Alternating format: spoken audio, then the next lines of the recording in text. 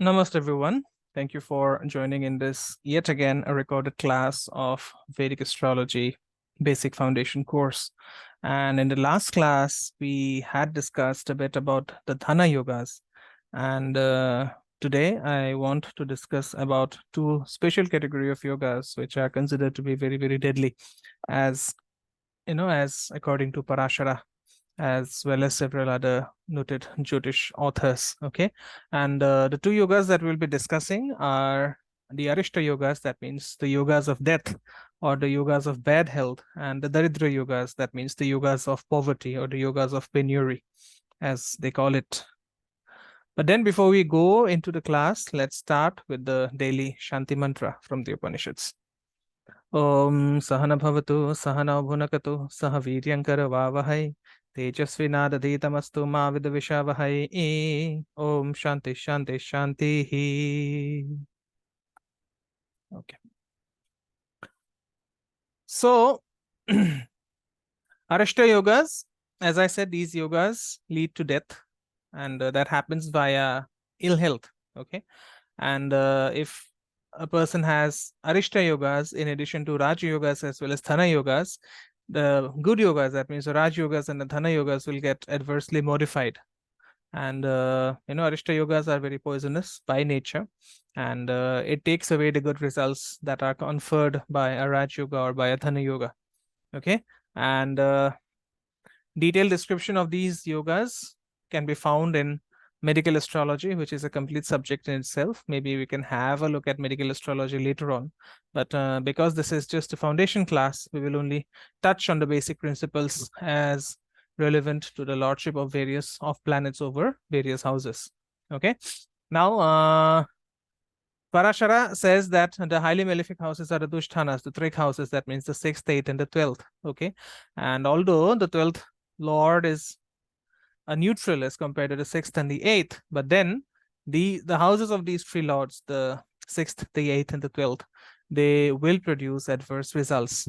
Okay, and if these lords associate with Maraka planets, that means with the 2nd lord or the 7th lord, then it can just, this phenomenon can just enhance their virulence. Okay, so simply speaking, as such, Arishta yogas may be formed when there is a relationship between the Lagna Lord on one side and the 6th or the 8th or the 12th Lord on the other side. Okay, so this is a combination. All right. Again, if the 6th Lord is on one side and the 8th or the 12th Lord is on the other side, that means, the Dusthana Lords aspecting each other, then that is another combination of, of Arishta Yoga. Again, the 8th Lord on one side and the 12th Lord on the other side, that is another combination. Okay, so these combinations, as I said, they become worse when associated or aspected by Maraka planets. That means the 2nd lord and the 7th lord. Okay, now the Daridra yogas, as defined by Parashara, they cause penury and suffering, and this Daridra yoga are formed when the Lagna lord is weak and afflicted, along with, so that leads to Daridra. So now Daridra does not only mean lack of wealth, it also means lack of health. Okay, because we know that cliche, health is wealth. Okay, so if you have a lack of health, then that is also Daridra, poverty. Okay, and how does Parashara define the Daridra yogas?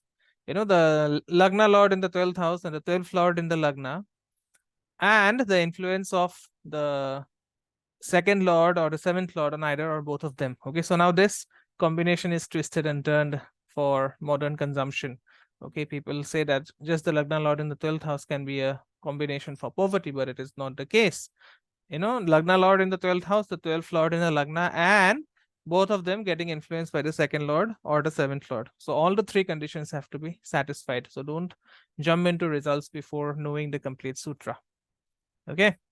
Similarly, if the Lagna lord in the 6th is in the 6th and the 6th lord comes to the Lagna under the influence of the 2nd lord or the 7th lord, then that is also a Daridra yoga. Okay. Similarly, if the Lagna or the moon joins Ketu and the Lagna lord is in the 8th house under the influence of the 2nd house or the 7th house, so that is also Daridra yoga. Okay. If the Lagna lord is afflicted in the 6th house or the 8th house or the 12th house, and the lord of the second house gets debilitated, or if the lord of the second house is in the sixth house, lord of the second house is in the sixth house, then you know that is also Daridra yoga, and this is a very severe form of Daridra yoga, because with such a yoga, a person who has been born to a royal family will also reach poverty. Okay. Other Daridra yogas that have been defined in the Mantrasha are, the fifth lord in the sixth house and the ninth lord located in the 12th house under the influence of a Maraka. Okay. And that means under the influence of the second house or the seventh house. Again, if there are malefics in the Kendra or the Trikona houses and the benefics are just located in the in the Dushthanas, then that is also a Daridra yoga. Okay. And if you have a dasha associated with the with the Trik lords, that means to the Dushthanas, that can lead to an excessive loss of wealth. But then, if you have that combination, don't be afraid. See if that planet which is associated with the Dusthana lords, if they are aspected by the lord of the fifth or the ninth, then the Dusthana effects are minimized. Okay. Again, location of both Mars and Saturn in the second house can give Daridra yoga. Okay. But then if Mars and Saturn are combining in the second house, but Mercury is aspecting this combination, then the native will become very, very wealthy. Okay. Similarly, Saturn in the second house aspected by the Sun can give Daridra yoga. The Sun in the second house aspected by Saturn can also give you Daridra yoga. Okay. Now, if Saturn does not aspect the Sun in the second house usually, then the native will be wealthy. Okay. So there are other combinations of Arishta yoga, and these are the practical combinations that I have seen while reading charts. So we'll take a look at them as well. So as I read more and more charts, I have seen a few other combinations of Daridra yogas, which are not mentioned in the classical Jyotish literature. Okay. So if a planet is exalted in the Rashi chart but gets debilitated in the Navamsha chart, or if a planet is placed well in the Rashi chart but gets debilitated in the Navamsha chart, that can also lead to Daridra yoga. Okay. Again, if the Lagna Lord is associating with a retrograde sixth Lord and the Sun, and is aspected by Saturn, so don't mix up the combinations here. Okay, the Lagna Lord associating with a retrograde sixth Lord and the Sun and aspected by Saturn, all these three conditions have to be satisfied if you want to see Daridra yoga in action. Okay. Now, the moon is involved in the Rahu Ketu axis and also gets debilitated in a Navamsha. Okay. So this is something that I recently encountered while reading a chart. And finally, if the Lagna is aspected by a retrograde planet or a functionally malefic planet.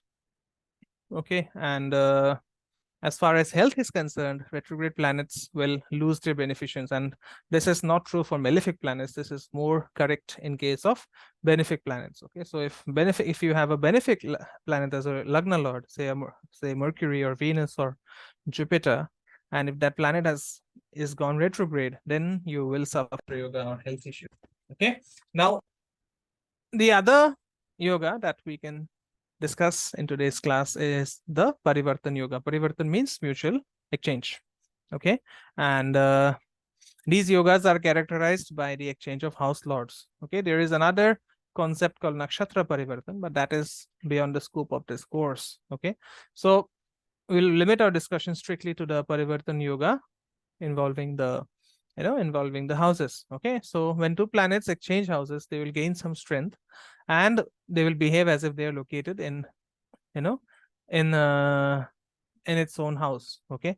And by an exchange, they get linked to each other. Okay. So say if the lord of a good house establishes an exchange with a benefic house, then good results are produced. But then if adverse houses are involved, then the results too can be adverse. Okay. And you don't want a parivartan where the lord of a good house gets into a mutual exchange with the lord of a bad house. Okay. So you don't want the sixth lord and the Lagna lord to be in parivartan with each other, or you don't want the fifth lord and the eighth lord in parivartan with each other. In that case also, you will get adverse results. Okay. Now, parivartan yogas are classified into three categories as as said by Mantreshwara. Okay, Mantresha, that is. So there is the Maha Yoga. Okay, so Maha means great, yoga is of course a combination, and Maha Yoga is the result when the Lagna Lord gets into a Parivartan Yoga with the second Lord or the fourth Lord, the fifth Lord or the seventh Lord or the ninth Lord or the 10th Lord or the 11th Lord. So except the Dusthana houses. Okay, except the except the Dusthana lords. Okay, if the second Lord gets into a Parivartana with the fourth Lord, the fifth Lord, the seventh Lord, the ninth Lord, the 10th Lord or the 11th Lord, then that also gives a Mahayoga. Okay, it's a good Parivartan. The fourth Lord exchanging houses with the fifth Lord, the seventh Lord, the ninth Lord, the 10th Lord or 11th house. Okay, that is a good Parivartan. The fifth Lord exchanging, the fifth Lord exchanging, getting into a Parivartana with the seventh Lord, the ninth Lord, the 10th Lord or the 11th Lord. Okay, the seventh Lord exchanging or getting into a Parivartana with the ninth Lord, 10th Lord or the 11th Lord. The ninth Lord getting into a Parivartan with the 10th Lord or 11th Lord. The 10th Lord getting into a Parivartan with the 11th Lord. Okay, so these mutual exchanges between the lords of the second house, the 11th house, the Kendras and the Trikonas, they give rise to this yoga called Mahayoga, and that is a huge promise of wealth, status, and physical enjoyments. Okay, if you have this in the chart, then please look for them. Okay, then there is the Danya Yoga, not the Dhanya Yoga. Okay, this is the Danya Yoga. Danya, not the Dhanya Yoga. Don't confuse the terms.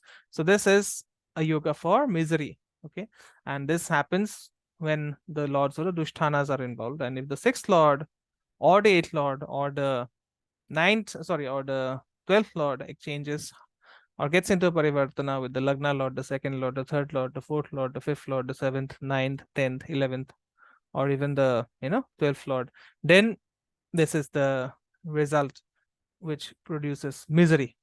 Okay, and these yogas, as I said, they result from exchange of various house lords with the lord of the Dushthanas, and these Dusthana lords, they spoil the houses whose lords they associate with. Okay, and these combinations usually lead to a wicked nature and cause persistent trouble from opponents and even ill health. Okay, and if the lords of the Dushthanas, they get exchanged, okay, they enter into a Parivartana, then it results in a Viprit Raj Yoga. Okay, and Viprit Raj Yoga, the results are financial prosperity and a rise in status, but then this prosperity and rise in status comes after a lot of trouble. Okay, and you know it's not going to be very easy if you're not going to have a very easy life if you have a Viprit Raj Yoga. I have that in my chart, and I know when this thing happens. Okay, then there is another type of yoga which is called the Khala Yoga, and Khala means wickedness. Okay, so these are the combinations for wickedness, and the third lord is regarded as a Shadaya lord, a wicked planet, that is. And if the third lord gets into a Parivartana with the Lagna Lord, the second Lord, the fourth, the fifth, the seventh, the ninth, the 10th, or the 11th Lord, then this is known as a Khala Yoga. Okay, that means a combination for wickedness. So here too, the Dusthana Lords are not involved. Okay, but then if you have a Khala Yoga in the chart, then the person would be characterized by a fickle and a wicked nature, fluctuating fortunes and fluctuating temperament. Okay, but then, as I always say, please do not apply these yogas literally. Okay, you know some very interesting results can be obtained when these combinations are applied judiciously, but be very careful while applying the results in your day-to-day life. Okay, so that's all about the yogas. In the next class we will deal with a few other specific and miscellaneous yogas that have been given by Parasharas. But now we have come to the end of the Nabhasa yogas. And from the next class onwards, we will deal with the other different or special yogas that have been categorized by Parashara. Okay. So thank you so much for watching this recording. I'm trying my best to ensure that we go live as we used to a month ago or a couple of months ago.